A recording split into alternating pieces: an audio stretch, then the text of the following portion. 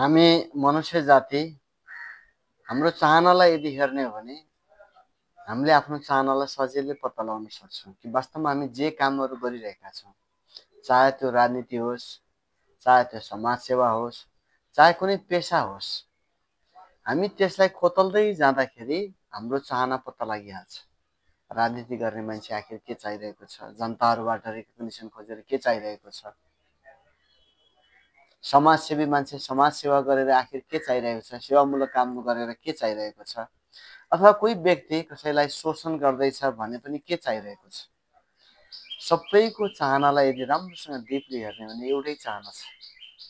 सबै मान्छे, प्रत्येक मान्छे दुःखबाट मुक्त हुन चाहन्छ र सुख, शान्ति, आनन्द प्राप्त गर्न चाहन्छ।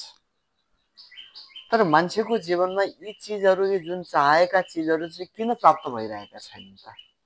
अब प्रश्न उठाउनु पर्ने बेला भएको छ। उसको हातमा त दुःख आइरहेको छ, तनाव आइरहेको छ, होइन, असमञ्जसता आइरहेको छ। अहिले त अझ झन् सबैभन्दा बढी डिप्रेसन, एङ्जाइटीका समस्याहरू देखा परिरहेका छन्। यो डिप्रेसन, एङ्जाइटी के बेहोर्नु पर्ने चिज हो र? होइन। हामीले सुखको चाहना राख्ने, तर परिणाममा यो किन लाग्यो त?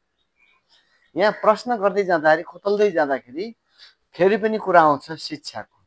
हामीलाई दिइएको शिक्षा वास्तवमै अवैज्ञानिक छ, अप्राकृतिक छ। हामीले जसरी बिउ रोपिरहेका छौँ नि हाम्रो मस्तिष्कमाथि, त्यो डिभिजनको बिउ रोपिरहेछौँ। हामी इन्टिग्रेटेड हुने तरिकाले चाहिँ बिउ रोपेकै छैन। हामी द्वैतमा गइरहेका छौँ, हामी कन्फ्युजनमा गइरहेका छौँ। हामीले प्रत्येक चिजहरू यसरी सिकिरहेका छौँ जसले हामीलाई द्वैतमा लगिरहेको छ, द्वन्द्वमा लगिरहेको छ, होइन। एकातिर विपरीत खालका विचारहरू हामीले दुइटै कल्टिभेट गरिरहेका छौँ।